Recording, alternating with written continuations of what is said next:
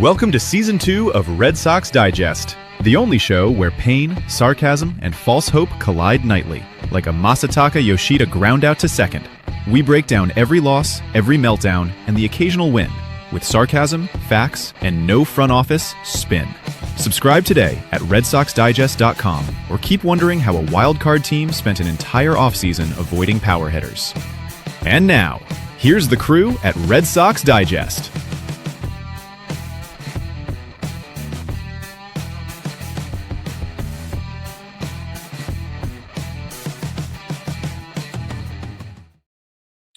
Good evening, sports fans, and welcome to another edition of Red Sox Digest. I am your host tonight, Jim Delfino. And yes, I'm here tonight after the Red Sox swept the Anaheim Angels, which is like bragging you beat a raccoon in chess after it spent the first 6 innings stuck in a trash can. Congratulations, boys. Hang the banner. We bullied a team that looks like it was assembled from expired MLB The Show cards and an unpaid electric bill. And before we get into this nonsense, let's start with me, as I am so emotionally damaged by this baseball team that I watched the Red Sox sweep a series, and my first reaction was, great, now they're going to trick some poor idiot into believing again. I'm basically the Yankee fan's nightmare, loud, bitter, irrational, and somehow still less embarrassing than Aaron Boone explaining another defensive meltdown like he just watched baseball for the first time.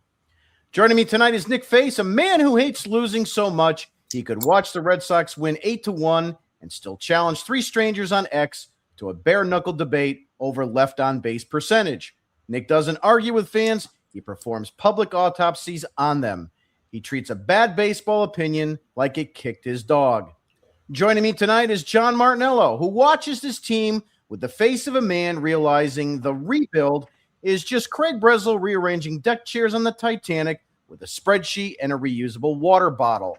John is here because every disaster needs a witness, and apparently the Geneva Convention does not cover Red Sox podcasts. Also joining us tonight is Thayer Doyle, the educator, the family man, the fundamentally sound Irish Red Sox professor. Thayer watches this team miss a cutoff man and immediately reaches for a detention slip, a rosary, and a bottle of Jameson. He doesn't yell first, he processes. Then he says something calm like, "That's unacceptable," which just somehow sounds more violent than Nick threatening to fight the entire right field bleachers. Let's get into it. Your Boston Red Sox are now 40-48 and are 12.5 games behind the first place Tampa Bay Rays. 40-48. That's not a record. That's a cry for help with cleats on. Yes, the Red Sox swept the Angels. Friday, they won 5-2. Saturday, they won 8-1. Sunday, they won 7-5. A clean sweep, beautiful, inspiring, but meaningless. This is the baseball version of finding a $20 bill in the parking lot after your house just burnt down. The Angels are 36-55, and they have lost 6 straight. Sweeping them doesn't mean you're back. It means you successfully identified the softest part of the schedule and stopped drooling on yourself long enough to take advantage. That's not a playoff push. That's basic motor function. Sunday night, Wilson Contreras hits a 446-foot 3-run home run after Zach Neto makes an error because apparently the Angels' defense was just a group project where nobody opened the Google Doc. Jarren Duran homers 2. Masataka Yoshida goes 3 for 5.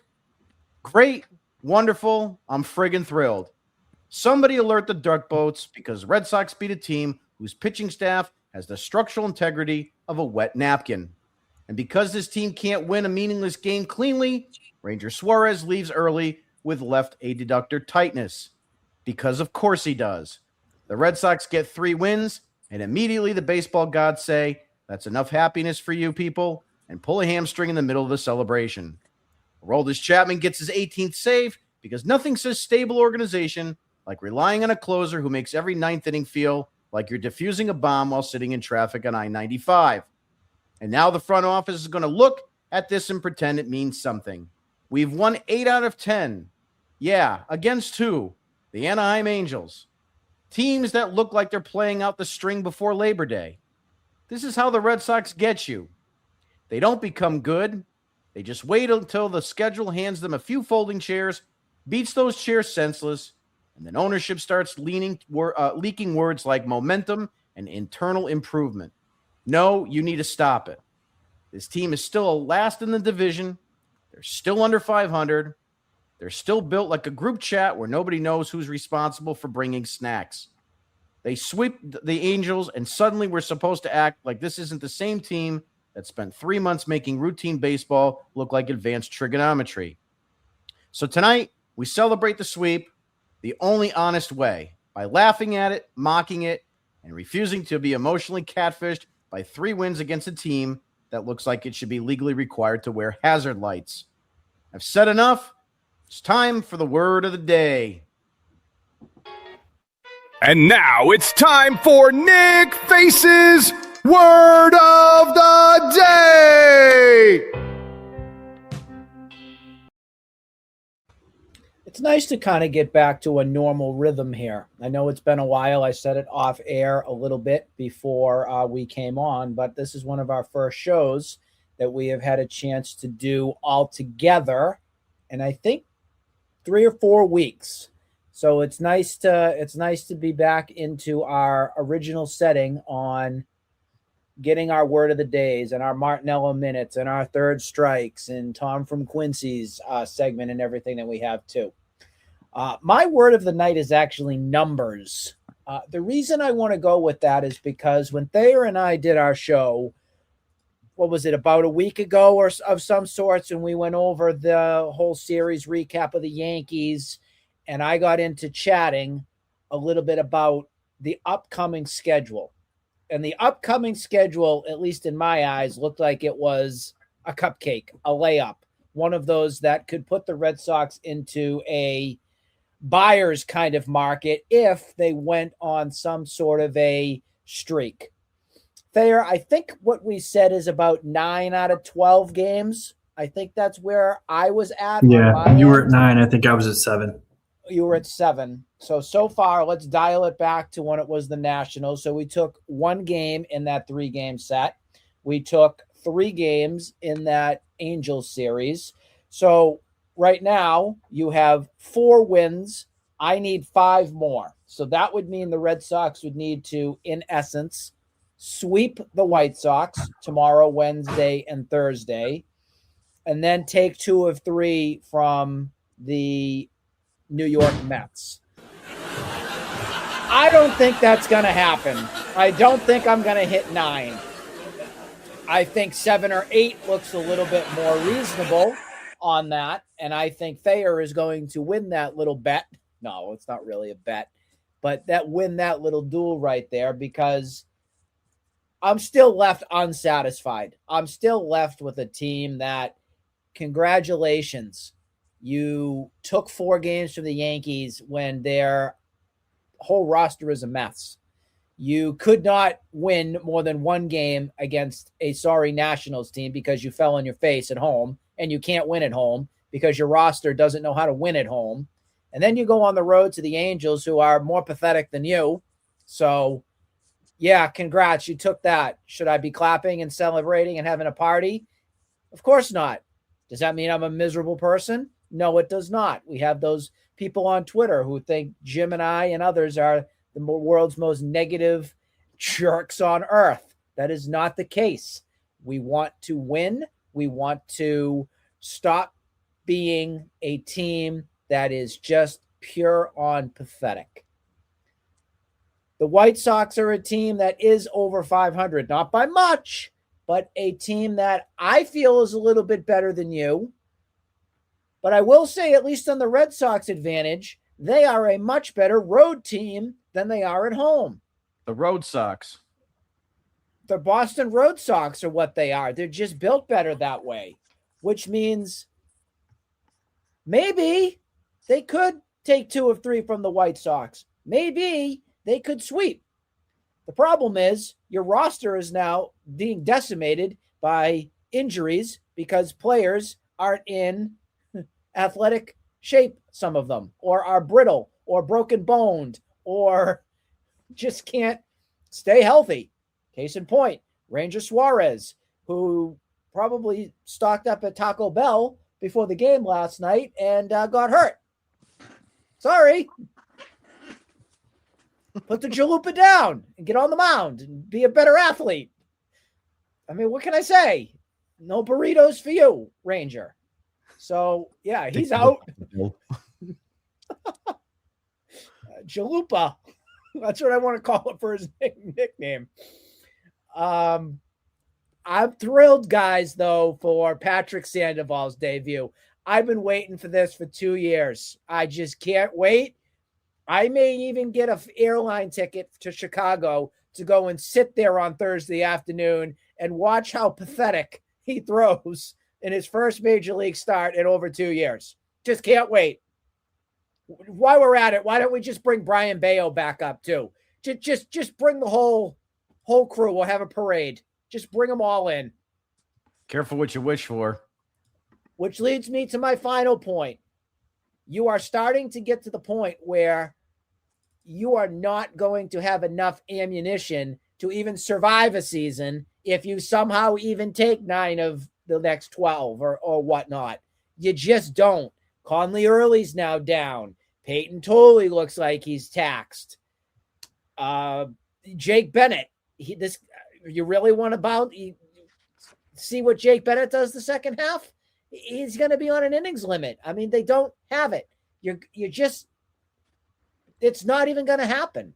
So all these people starting to be believers here. I can't take it seriously. I can't. On the All-Star front, we did hear that Ranger Suárez is going to be taking his talents to the drive-through window at Taco Bell as well, to the All-Star game. And no Wilson Contreras, no Sonny Gray, no Aroldis Chapman. We'll see what happens with injuries and stuff on that end. But Chapman got in. He is in? Okay. So basically we're seeing on Sonny Gray and Wilson Contreras with injuries going down, probably likely those two would go in. Yeah. In play right there. So I was a little surprised that at least at the beginning for the Red Sox, Ranger Suárez was the lone representative, but that's what happens when your team blows like the wind. So we'll see what happens on that front. For Wilson Contreras, we'll probably be seeing that suspension probably coming out tomorrow, and he'll have to serve it. Right now, what was it, 7 games? I think it might get reduced to game. Maybe it's 6 games. But that is just horrible news for the Red Sox because that guy has been your thunder in your lineup. So get ready for a lot of Andrew Monasterio at first base, folks. Can't wait. That's my words of the day. That's going to be joyous to see Andrew Monasterio get more playing time because that's what we all really watch for. I hope it's Romy, but I don't think it is. I think they'll keep him at second. They'll probably need him too, but the bottom line is that Romy probably might stay at first and Andrew Monasterio might be at second. There you go. Yeah, just keep on playing. Nick's word of the day is brought to you by False Hope Financial. Do you enjoy watching the Red Sox sweep a corpse in an Angels uniform and immediately convincing yourself they're back? At False Hope Financial, we turn meaningless July wins into reckless emotional investments. We offer no money down playoff fantasies, adjustable rate delusion, and our signature Breslow's buyer marketing plan, where one decent weekend somehow becomes maybe they should add at the deadline. False Hope Financial, because rock bottom has a payment plan. I'd like to move on now to the Martinello Minute. And now the part they don't want said out loud. No spreadsheets or corporate spin, just the truth, raw and impatient. This is the Martinello Minute. So yeah, we had a fun 4th of July. Red Sox obviously swept the series out in Anaheim. Jim went over the scores of the games. I just want to highlight some of the performances that occurred over the weekends. But Jake Bennett in the first game, he went 7 2/3, gave up 5 hits, 2 runs. He had 6 strikeouts and no walks. I know I like the analytics more than some of you guys, but you go and look at his Savant page, it is gorgeous. A lot of red on there, not a lot of blue at all. I think that he's blown our expectations out of the water. I can't remember what your guys' thoughts were when the Red Sox made that trade. to acquire him from the Nationals, but I was kind of teetering. To me, it was just like a move to get a guy that can, fill in for the role that he has filled in. And, my expectations were, he's going to be 4.5 ERA. He'll give you some innings when you need him. He's been awesome. He's been great. And paralysis really, sucked. really happy for for him. He deserves it. But yeah, no. So he 7 2/3 innings. Would have loved for him to get through those 8 innings, but it is what it is. He did his job. Red Sox won that first game. Chapman came in to save that game in the 9th. Obviously, first at bat, he struck out whoever it was, but he became the all-time relief strikeout leader. Really cool moment for him. That's not a crazy stat too. It is. It's ridiculous, and he's just another guy that you could add onto the line of Red Sox closers. We've just had really fortunate to have a ton of Hall of Fame relief pitchers here. But he's not a guy that's going to give you a ton of quotes. So after the game, he was just like, yeah, it was cool. But congratulations to Aroldis Chapman on that. Cedon, Wilson Contreras, Romy Gonzalez all had multi-hit games in the first one. Romy going 3 for 4 with a triple. He had 2 RBIs, and then Durbin. Caleb Home Run Derby, whatever you want to call him. He had his 8th homer of the year. Home Run Derby. Caleb Home Run Durbin. I love it. Yeah, that's a good one. I like that. Good one. They've been saying it on Twitter, so I'm all for it. But game 2, Red Sox won 8-1. Sonny Gray, who he's going to get into the All-Star game. It looks like that. I think that Ranger Suárez, before his injury, even said he wasn't going to participate. So Sonny Gray's going to get in. It's just a matter of when they start announcing all of these replacement players and whatnot. But another complete game, and in this one, Romy Gonzalez had the home run. Wilson Contreras hit his first home run in the series. Then Willier and Cedon also added in some RBIs. Game 3, Ranger was only able to go those 2 2/3 innings. It's a groin injury. We don't know yet what the severity of it is, but it looks like it could be anywhere from, he'll be back after the All-Star break to up to a month. So explosive diarrhea from the chalupa, as Terry Francona would say, intestinal turmoil. Intestinal turmoil is right. Literally, after the game, what I'm nervous about, Chad Tracy said it didn't seem too severe, so we might not see Ranger Suárez again in over the course of his 5-year contract. So I'm going to remain hopeful for the time being, but who knows? But in this series, I love this picture. I just have to say, I absolutely love it. It's going to be my background. It's so perfect. I have more faith in the dog getting on the mound to finish the season. Why not? We need him. But in the series, 2 guys really stuck out to me. It was Wilson Contreras. He had his 19th and 20th home runs of the season. We remember, back in March, all the projections said that nobody on the Red Sox homers were going to hit 20. Wilson Contreras is at 20 on July 5th. Really, really cool. Awesome to see. He's on pace right now, I believe, for 37 home runs and 109 RBIs. Absolutely what we signed up for. Not what we expected. He's obviously blown those projections out of the water, but we signed up for a guy that I think most of us on here said he was going to hit over 25. So awesome for him. Romy Gonzalez, another one in the series. He hit 444 with a 1444 OPS. Obviously in this last game, he had a triple that probably should have been a single, but he had 4 RBIs as well. And listen, so they sweep the series. They're now only 4 games back of the wild card. So we're going to see these, are they going to buy? Are they going to sell talks? Keep going on. And, another thing that we talk about all the time is these guys just can't hold any momentum. They can't go on that run. They swept the Yankees. I bought into the hype. I was ready for, winning 12 of your last 15 games or whatever it was before the All-Star break. Obviously, then they immediately dropped 2 out of 3 to the Nationals. They have 6 games left. 3 against the White Sox, 3 against the Mets. you're probably not going to have Wilson Contreras for any of those games. Nick just pointed to it. He's appealing the suspension. It's at 7 games right now. Savali from the Nationals, his sentence was reduced from 7 games down to 6. That was announced today, so I'm curious to see if it'll probably be in the same ballpark. Maybe he gets down to 5 games and we see him for 1 before the All-Star break. But can this team win 4 out of 6 without Wilson Contreras in the lineup? That's a question I don't have the answer for. I don't think that they can, but we're going to start it. That first game starts tomorrow, so he's probably not going to be in the lineup. And is this team capable of continuing this hot streak? Because they have won 8 of their last 10. They've been playing good baseball outside of those couple of games at Fenway after the Yankees series, but they still haven't won back-to-back series since April. So can they do it? I don't know. I don't think so.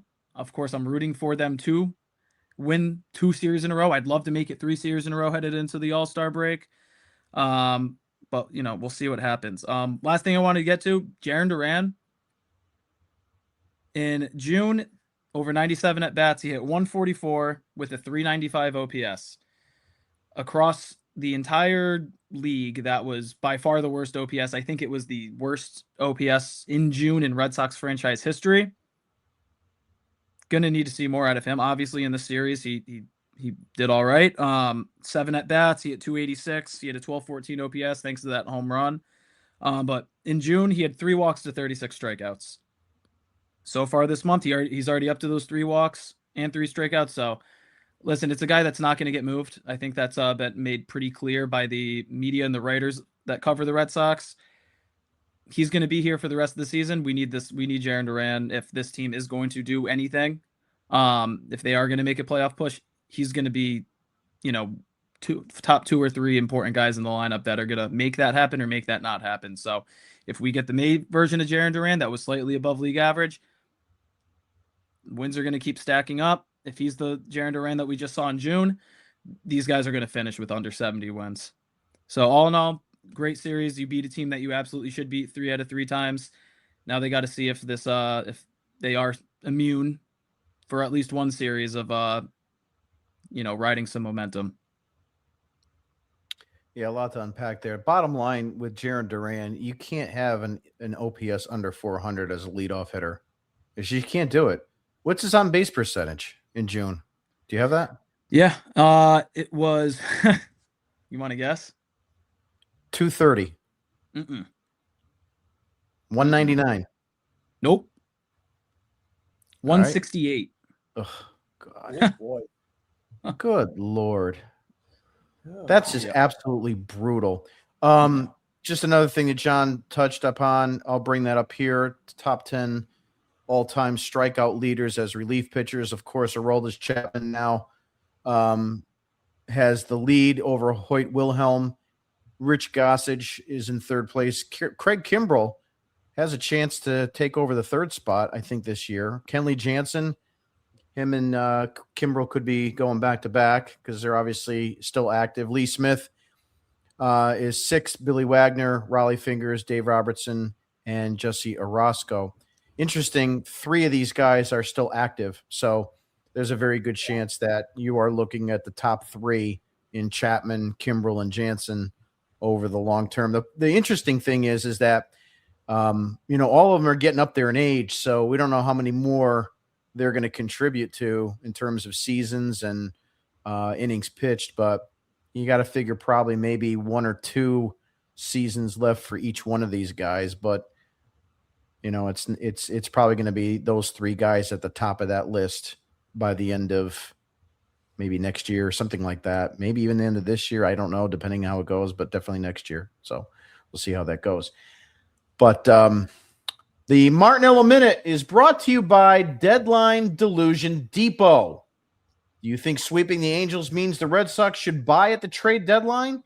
Then you may already qualify for advanced fan brain poisoning. At Deadline Delusion Depot, we take 3 wins against a baseball pothole and turn them into rumors, fake momentum, and one emotionally irresponsible reliever acquisition. Deadline Delusion Depot, because nothing says contender like being 12 games out and talking yourself into more bullpen help. Moving right along, it's going to be time for the third strike. Let me just get that up and running. And now it's time for the third strike with Thayer.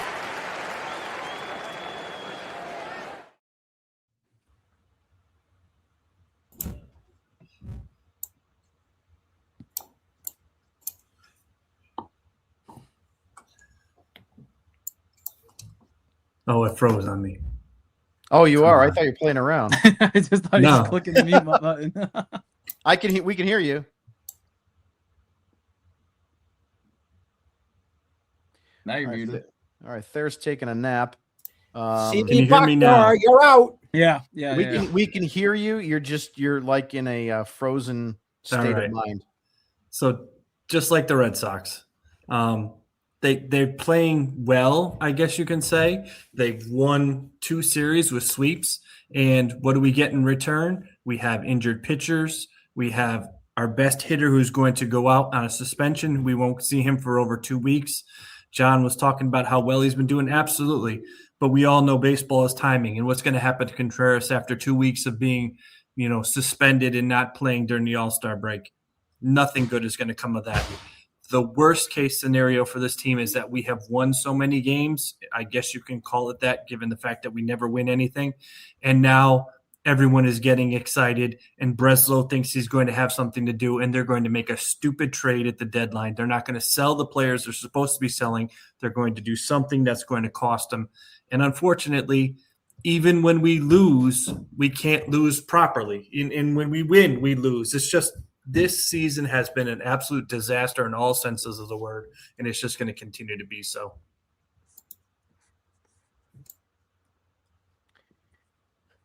Yeah. They're bound to make some stupid move that's not going to be the right move, because it's going to be one of those things where they're going to say, hey, we're only a few games out. Maybe we should buy. And my biggest thing, like we talked to Tony the other day, was that they're going to wind up getting somebody on the wrong side of their contract, the wrong side of their career. If you're going to go ahead and get somebody, I don't see why they can't go and get 3, 4, 5 younger guys and then package all those guys up and get a stud, whether it be James Woods or anybody that's on the right side of their contract. Even Bobby Witt Jr., somebody that they could see the better years or the best years are still in front of them and not behind them. That's the biggest problem. And the third strike is brought to you by Last Place Luxury Resorts. Why settle for October baseball when you can enjoy a relaxing summer buried in the basement? At Last Place Luxury Resorts, we offer everything Red Sox fans love: fake winning streaks, mystery injuries, deadline confusion, and a beautiful view of 4 teams above you in the standings. Last Place Luxury Resorts, where the season is over, but the suffering is all-inclusive. I want to go over some talking points. I think probably the first one we should talk about is the Rangers Suárez injury. And we'll just bring him up right here. And I'm going to start with you, John. Obviously, Rangers had a history of injuries in the past. We're not sure how serious this is. There hasn't been a lot on it. It's his adductor. You've probably heard me in the monologue call it the adductor. And in school, you had to make sure that you were talking about adductor and not abductors. So it was always easier to say adductor versus abductor in the different muscle groups. So just a little bit of coffee talk for everybody listening. But your thoughts on Rangers' injury, is this going to be a long-term thing in your opinion? And can we survive without him now as another lefty going down the toilet? Yeah. So the way I see it, we don't know how severe this injury is at this point. Obviously it could just be, we don't see him for the rest of the first half, and then after the All-Star break he's back, or it's going to be, I saw on Twitter earlier that who was it? I think Robbie Hyde said that he suffered this exact injury, and for him, he did it powerlifting. So He said for him it was a 4-week recovery period. So I'd assume that, why they're looking at game 1 after the All-Star break or a month from now, which would line up about perfectly with the trade deadline. Obviously, neither of which is good. We want to see him out there, but if this is something that lingers and keeps him out for a month, the guy's an all-star. He's given you everything that you paid him for this year. It's going to hurt. And with Patrick Sandoval and inevitably Brian Bayo too coming up to fill this hole, can they perform? We haven't seen it from Bayo. Last time that Sandoval pitched was in 2024. I'm concerned about it a lot. And I mean, I guess it's just a game of, wait and see at this point. Yeah, well, again, if it's been diagnosed as a strain, like they did with Roman Anthony, and I took a lot of heat on Twitter for that because everybody's a medical professional, but what the hell do I know? The bottom line was I said that, needs to be graded before we decide whether it's a tear or not. And of course, we didn't get any grading system on the report. And come to find out, it's either grade 3 or grade 4, which is indicative of a tear. And now he's going to see a specialist, which is incidentally interesting too. I was talking to Mathematically Eliminated earlier today, and he brought up a good point. He said, we have a lot of really good doctors in Boston. We have a lot of famous world-renowned doctors in Boston, but it's kind of funny how no teams want to have their players looked at by Boston doctors, and we send our players everywhere else. So he's off to Florida. He's going to play with Mickey Mouse and get a couple second and third and fourth opinions, apparently. Nick, you're next. What are your thoughts on Suárez? And is just this another left-hander biting the dust? It goes back to that first injury that we saw from him. What was it in early April when he went down with it was the hamstring again, wasn't it? Yeah. I'm not really concerned on this. If it's anything, I think he's going to be probably taking his all-star break now, and then they'll hard reset after, I think it's the Rays they play after the all-star break. So I wouldn't expect to see Ranger Suárez on that Friday, Saturday, or Sunday, which would be the 17th, 18th, and 19th. I'm looking at the 20th or the 21st to see him start again. That's my gumption on where I'm at with that. I also have to say, because I think the Red Sox are actually going to do something against the White Sox and the Mets in these next two series, I think the Red Sox are going to think to themselves that they're a buyer's sort of team, and I think that they're going to try to be gunning for as many wins as they can before the trade deadline. So I think they're going to try and push him to get him back out there and set themselves up to be buyers come the trade deadline. I know that's not things that many of us want to hear right now, but I'm just coming at this from a realistic standpoint. Don't shoot the messenger. I'm just telling you where I feel Breslow and ownership are going to be thinking. And I think the logic for them, because they always do the opposite of what we say. If you're expecting them to just have a full-on yard sale here, folks, don't expect that, because you are going to be sorely disappointed. They are going to buy, and it's not going to be pretty buys. I'm not talking about they're going to go out and get the Rolls Royce of the lineup or the Mercedes-Benz of the rotation or bullpen. Craig Breslow is going to add pieces like he did back when we got, what's his name, the catcher from the Blue Jays at the time. Something stupid along that end. I can't even remember his name because I don't want to remember his name. The greatest trivia question ever. Yeah. Remember the Netflix special when they were in the midst of that, and he's like, "Oh, I got a big deal. You get lost." I thought that was the funniest part of the whole friggin' documentary series. Nick, get ready. Jansen, here he comes. Get ready for a trade of Zach Neto. Watch. It's something stupid like that, Jim. It just is. This is what this team does. They can't just be satisfied with saying we suck this season. We're going to do a reset. We're going to just build for 2020. I'm just going to say 2028 because who knows if we're playing next season.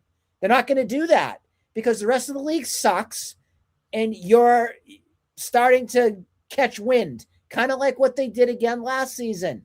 Same time, same place. They went on a 10-game winning streak. It was the worst thing that ever happened because then they got to the playoffs with the wild card. It was the dumbest thing and stupidest thing that ever happened for them. The Zach Nettle thing is a perfect Red Sox 2026 move because they're going to go and sell. I mean, they love their infielders. Let's put that out there, number one. But they're going to say Mayer's not going to be back. We're not going to rush him.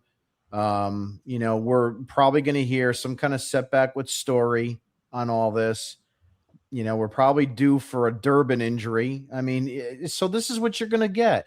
You're going to get some middle infielder. It's going to be the talk of the town for about 3 or 4 games, and that's going to be the end of it. That's how it goes. Thayer, your thoughts on It's not going to be Zach Neto, though. It's not going to be Zach Neto. You know who it's going to be? Vaughn Grissom. Oh, it's not. Did you believe that? How great would that be? He's having a better season than Marcelo Mayer. Number 3 hitter for the Angels. Come on, he's good, guys. Come on. First base. Yeah. Come on. Thayer, your thoughts on Suárez? I have no idea what to expect out of this whole thing. I just get a number 3 from Taco Bell. Yeah, pretty much. I'm worried that as we start to suck it up, there we go. As we start to suck it up, he's going to sort of shut it down. He's always been a big game sort of pitcher, and the fact that we're not going to have big games, it's a very real possibility. He's just going to say, no, thank you, and kind of continue to have a lot more of these issues. Really?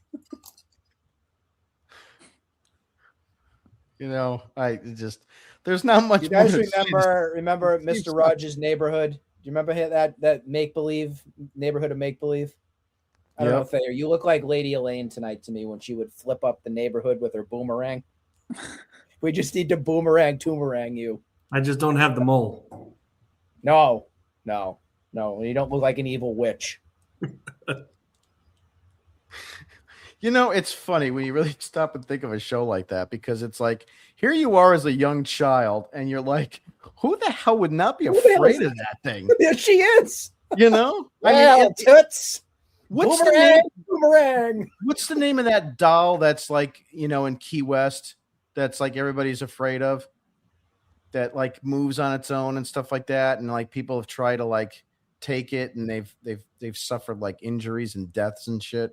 I forgot what his name was, but I saw Chucky. No, it wasn't that. But yeah, I was thinking Chucky. Read up on that. It's in Key West. I went to see it a few times, but I can't really think of the name. What a looker she is here. Yeah, look at that. The interesting thing is the King, and I've seen some things on there. It's like that MFer has ruled everything and never had a problem. Nope. Robert the doll. King Friday, remember? King Friday. Jim, was it Robert the doll? Robert the doll. Yeah. Watch some images on that. They'll show. I don't want to look at that anymore. He's in a case, okay, and people have gone to see that in Key West, and he's in different positions. He moves on his own. It's really bizarre. So yeah, look up Robert the doll. It's a scary friggin' thing. And if you take a picture of him, you're supposed to have a sad state that we're doing a podcast on the Red Sox. And we are getting off topic having a podcast on the Red Sox.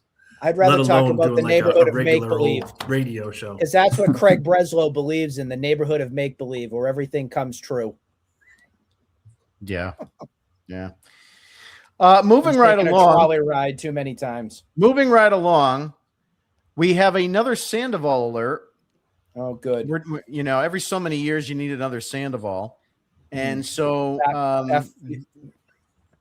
in pitching probables, you'll see a TBD, but it looks like we're going to get yet another lefty back into the rotation. Nick, I'll start with you. Your thoughts on the Sandoval saga? Like I told you guys in the chat, I've already got my plane ticket to Chicago because I can't wait to go and sit through an afternoon watching him start. I think it's just going to be historic. It's going to be the best thing ever. So I'm going. No, I'm not. I don't even know if he'll make it to Thursday. It's been over 2 years since the guy even pitched in Major League Baseball. He's probably going to get his teeth knocked in on Thursday rather. But he's definitely lined up to pitch Thursday as of right now. Unless he gets hit by a bus. I don't know. Please don't get hit by a bus. But John, I have zero faith in this guy. I will say that. Zero. What do you think about, John? What do you think about the Sandoval saga and the knight in shining armor? Yeah, I mean, listen, as far as I see it, it's a guy that, we haven't. The last time he was a good major league pitcher was in 2022. He never was. And I don't know. I have zero expectations. I mean, just like how we had zero expectations for Jake Bennett. I know our expectations for Peyton Tolley going into the season weren't, crazy high either, but we haven't seen him in the big league since 2024, and he's not, from his data, not necessarily a Craig Breslow and Andrew Bailey, kind of mold. So I'm kind of interested to see, what tweaks they've made with him over the past, call it 16 months that he's been a part of this franchise. And again, I have no expectations if he goes out there and 3 innings, gives up 7 runs and, homers to Mydroth, Braden Montgomery, and Kyle Teal, then, I'm not going to be surprised by it. But I'd be lying if I didn't say I was a little bit excited just to, see it, just because, it's been a guy that he's been the talk of town, for the better half of a year and a half at this point. What are you smoking right now? They're going to get their. I'm excited to see it. I have zero expectations, zero. But they're going to get their $19 million worth in the next 3 months. Been the talk of the town. Here's the thing, though. I hope he does well. I hope he throws 6 shut. If he goes 6 shut, there's trade value, and that this is a guy that they're going to want to move. He's only owed like $6 more million this year. So here's what's going to happen. He's going to have a no-hitter going into the 5th inning. He's going to hit a guy, walk a guy, and then give up a single. It's going to be bases loaded, no outs. And the Weiser will come in, give up a grand slam, and he gets the loss. That's what's going to happen because that's what the Red Sox do. Doesn't surprise me. Well, I want to put this. Hell yeah, Patrick Sandoval. Let's see it. I just want to change topics for a bit here. If we get this. I was going to say, put up his stats because I was just looking at it. He has never been good at all in his career. I just had this texted to me. The 2021 draft, the Red Sox had the number 4 pick, which was Marcelo Mayer, and they had the 40th pick, which is Judd Fabian, I guess. Padres had the 27th pick. They took Jackson Merrill. And they had the 62nd pick, which they took James Wood. I know that's not his picture, but I had to do this quickly. But those were the draft numbers.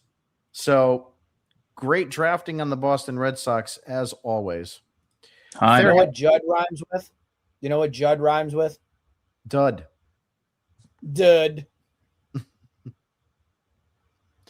Yep, he sure is. I don't know who you are tonight, but I think you took too many spins through the dryer this weekend, Johnny.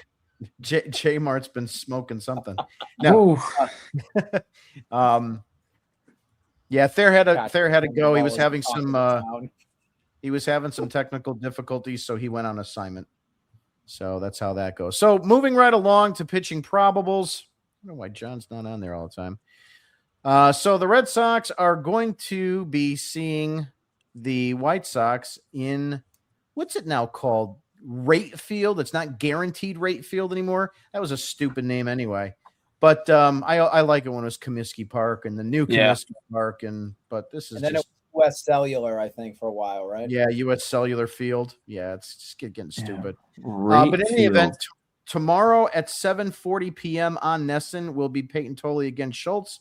Wednesday will be a 7:40 start on Nesson. It will be Jake Bennett against Martin, and then on Thursday it will be our new friend Patrick Sandoval against Kay. So, Nick, I'll start with you. What's your projections for this 3-game series? How will the Red Sox do? I think the Red Sox are going to take 2 or 3.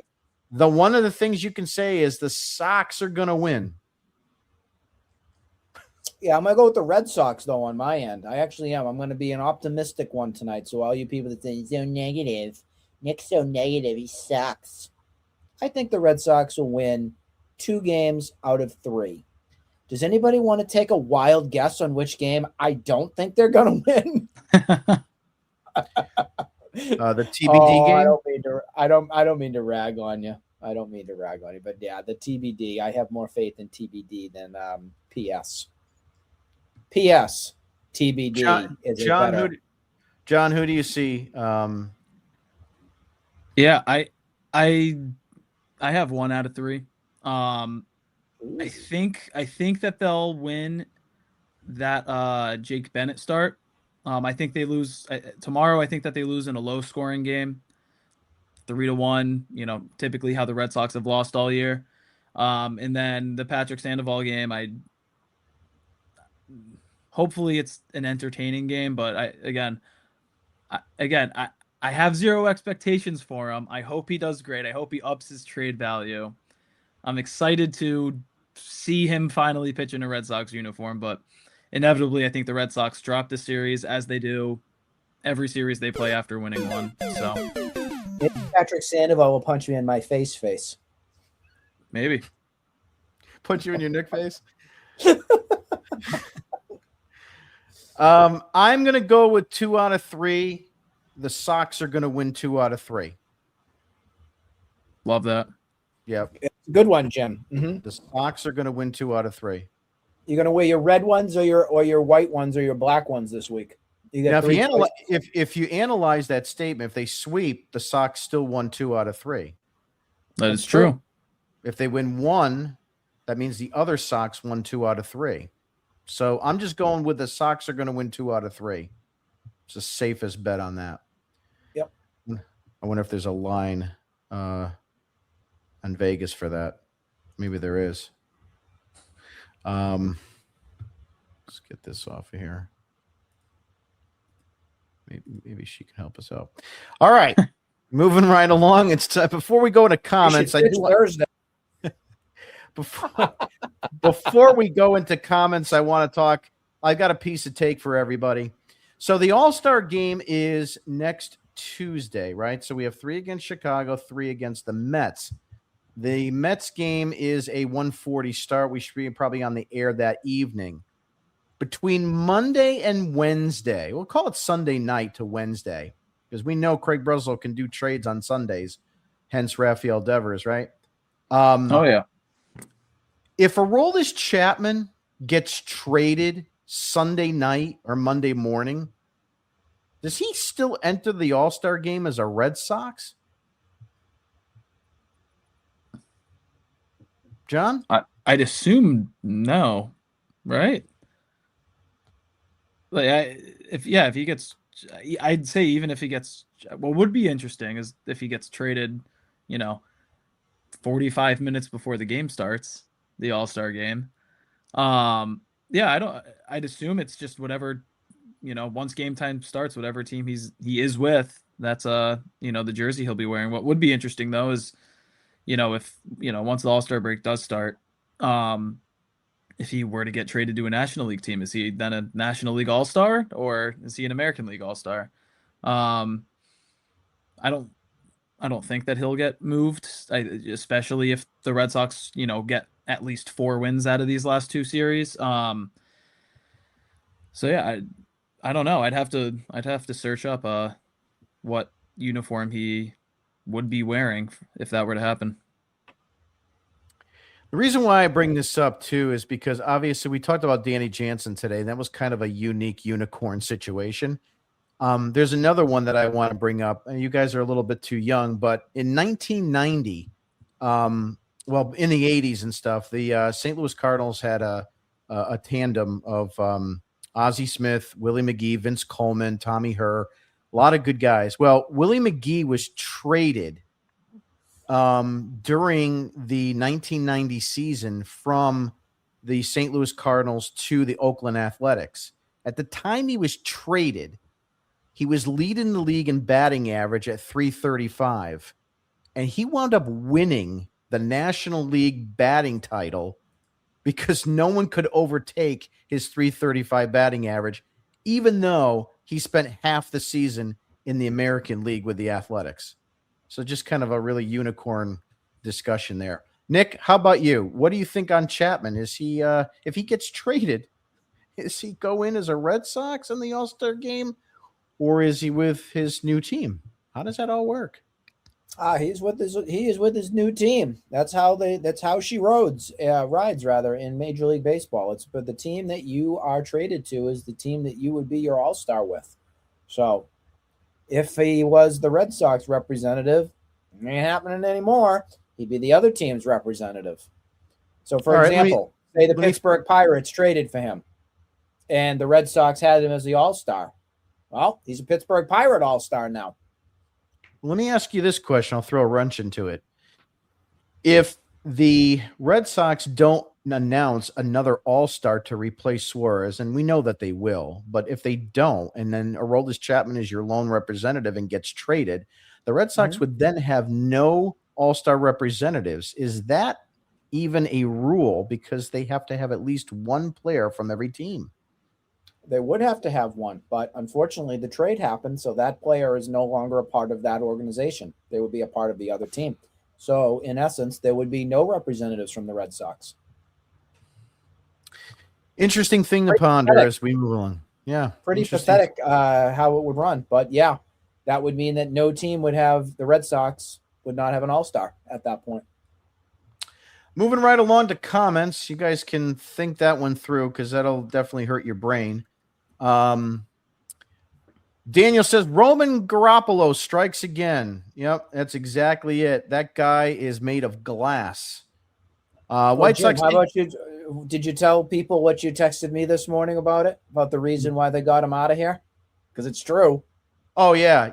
I sent a message to Nick earlier today. I said I think the reason why they moved Roman Anthony to Florida was not anything to do with the warm weather. It's because they don't want him taking as much heat staying in New England and being in that dugout. And if he can go in Florida, he won't hear too much of the complaining. He's getting crucified up here. He really is. He really is. And you know what? It's warranted. It's warranted. Yeah. Get your sorry butt back on the baseball field, the guy. Yeah. I'm sorry. I'm in the same camp. Get out there. I think it's two things at this point. I think it's one, how public he has been throughout the city of Boston during this injury. That's correct. And they don't want, him being out in the public eye. And then two, I think it's a little bit of all right, like, buddy, it's time to get going here and get serious. In the specialist that he's seeing in Atlanta, Chad Tracy said that it's for peace of mind. I think he just needs somebody not in the Red Sox franchise to also tell him, like, you're good to go. So I'm curious to see how long, once after the All-Star break, how long we have until we see him back on the field. Well, just as an aside on Connolly Early, he's going to see the specialist that created the UCL brace. Yeah, so Early might be cooked. So that's not a good sign in that. What they say that was, it was just a little inflammation, and the MRIs looked all clean on it. Mm-hmm. That's what they said. Now he's going to go get a robotic arm. So remember when the same thing happened with Roman Anthony? The same thing happened with Roman Anthony, and I said in a tweet, Roman Anthony will not play again this season, and everybody crucified me. You don't know what you're talking about. You're just a negative jackass. We'll see. Moving right along, White Sox take 2, maybe 3. Jules, the Sox are going to win. There's no doubt about it. Wink, wink. Team will suck through the end of the season. They suck now. Just which one are you talking about? Laughing my ass off. The truth hurts. It certainly does. Most people can't handle the truth, Jules. That's the bottom line. Most of Red Sox Twitter and most of these fans, they can't handle the truth. They just can't. That's they don't like to be told something that could be possible because they all believe that they know it all, and that's a tough fact. Yeah, but Chicago has the best home record. Do they really? Do they have the best home record in the American League or all of baseball? Or I believe in the American League. Let me second best. Really quick. It's 20. Well, Jules said is second best. Yeah. Okay. Yeah. He corrected himself. 20 and 14. Wow. 20 and 14 is a pretty good freaking 28. Record. Yeah. They are. They're awful on the road. It's almost the exact opposite record on the road. It's actually worse than that. Yeah. So you got a good home team against a good road team, and they're both with the Sox. So we'll see how that goes. Yeah. The Three Red Wolf says thrilling. I don't know if he's talking about probably the series. All of us. Yeah. Matt says, "What's with the wig there?" I don't know. I didn't see a wig. I mean, was there one or? That's why Thayer actually went away. Lady Elaine boomeranged him out because of that comment. So yeah. She cast a spell, and now Thayer's gone. So not good. Yeah. So bad taste. Suárez will be out with some ridiculous injury that no one ever heard of because that's how it is with this team. Well, it is a strain of the adductor muscle as we know it right now until something else changes. Chappie ain't been looking good. I mean, how long can he keep this up where it's going to be a situation that he completely dominates and doesn't get into some kind of trouble at some point? I mean, I think we're almost at the point where it's kind of like you're expecting him to start to fall apart. Or is it not? I'm not sure now. I don't, whatever. I saw 5 for Cade. Yeah. Yeah. It was 5, not 6 games. I said 6. Yeah. Yeah. This one guy was complaining on Twitter. He's like, oh, Jarren Duran gets 2 games and Cade gets 5 or 6 or whatever. Look, it's one start. That's the bottom line. When you're a starting pitcher, you're going to have to get 5. Otherwise, you don't miss a start. Siegler's been so much better than Duran on the leadoff spot. I mean, that doesn't take a rocket science to figure that one out. No, but I mean, again, you're talking about a 28-year-old 4A player that's a journeyman type kid. I mean, it's like good for him, but I mean, what are we doing here? Where are the days of Ortiz and Manny and JD and the guys Lowell and guys that actually were like starting players? I mean, we're just picking at straws of guys that are like working at Home Depot one day and on the Red Sox infield the next. I'm tired of this shit. Strike 3. They will trade for Kooky Carrasco. I hope not. I mean, he has been involved in more transactions than he's thrown innings this year. So flour tortilla. Right-hander outside of Sonny Gray. So yeah, they'll lie about the timeline of the injury. Probably. Well, there's a surprise. Oh, that's guaranteed happening. Could you imagine the Red Sox actually lying about something? They lie like a carpet, right? Gaylord Perry didn't lift weights, didn't need to. No, he was not really in good shape either. If you look at him, but a lot of pitchers too were not in good shape and were really successful and had great careers. CC Sabathia is one that comes to mind. He didn't have a really good, physique, and he was awesome. So Friday is a twin bill after the All-Star game. It is? Wow. Oh, it's that rain out. Yeah. Is it okay? Yeah. Yeah. Twins or Baltimore or something like that? No, it's with the Rays. It's with the Rays. Yeah. Yeah. So it'll be a Friday afternoon and then Friday night. Wonderful. So we'll lose both. If I'm not mistaken, they were 1-1 against them before that rain out. So if they win that rain out game, do we call that a series win from earlier in the year, or are we calling this a 4-game set? Who gives a shit?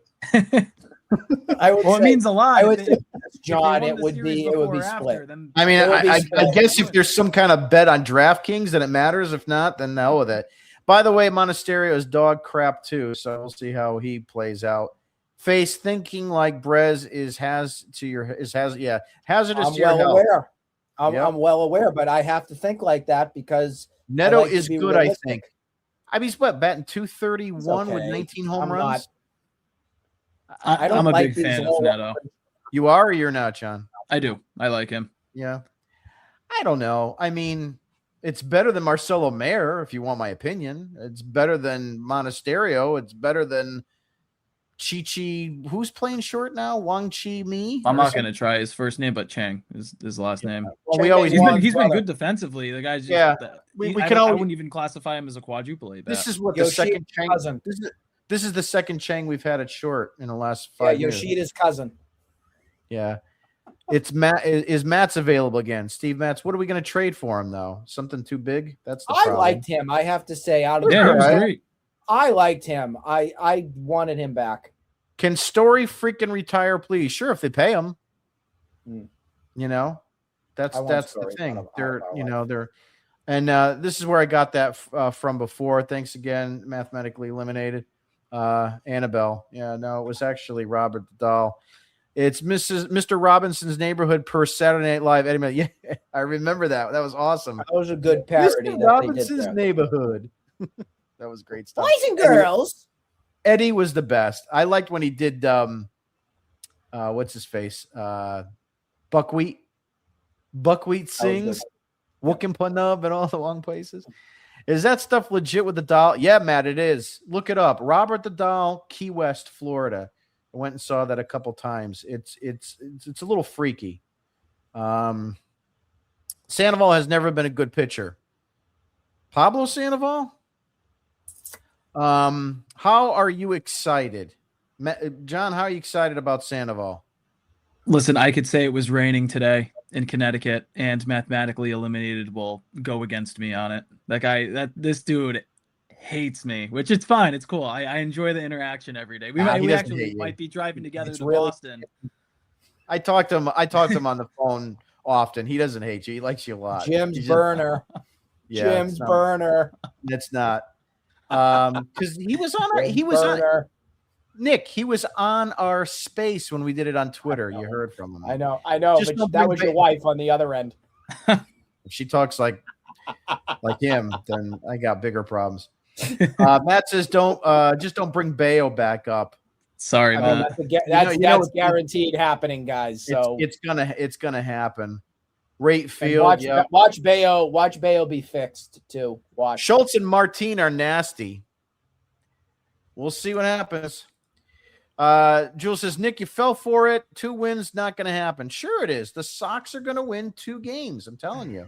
I'm being as real as I can. I do think that they're going to get at least 2 wins. I'm being honest. I hope. Matt asks, how was vacation? It was good. I didn't have to go to the office. I didn't have to watch much Red Sox baseball and get upset. Did you have your office shut down or did somebody stay back? No, we had it closed down. We had it closed down for the week. Yeah. But I'll be going back in a couple weeks for a long weekend. We bought a house down there. So Willie looked like E.T. I'm not sure the comment, what he's talking about. And then we have, Matt wrote this, and you guys hungry? We're going to wrap it up with that one, but boom. I'd like to thank Nick and John for being on, and Thayer. If you haven't already gone to our website and signed up for a free account at RedSoxDigest.com, where we have a newsletter each and every morning in your inbox about the game from the day before with all the rants and salty comments that I could fit inside. And when I don't write it, John writes a great piece. Nick writes a great piece. It's just sometimes they don't just do it. So I have to ask. I have to beg and plead. Hey, you know what? I've come a long way from you asking me to write articles to actually doing it now. So, Yeah. You take what you can get. That's exactly what I am at this point.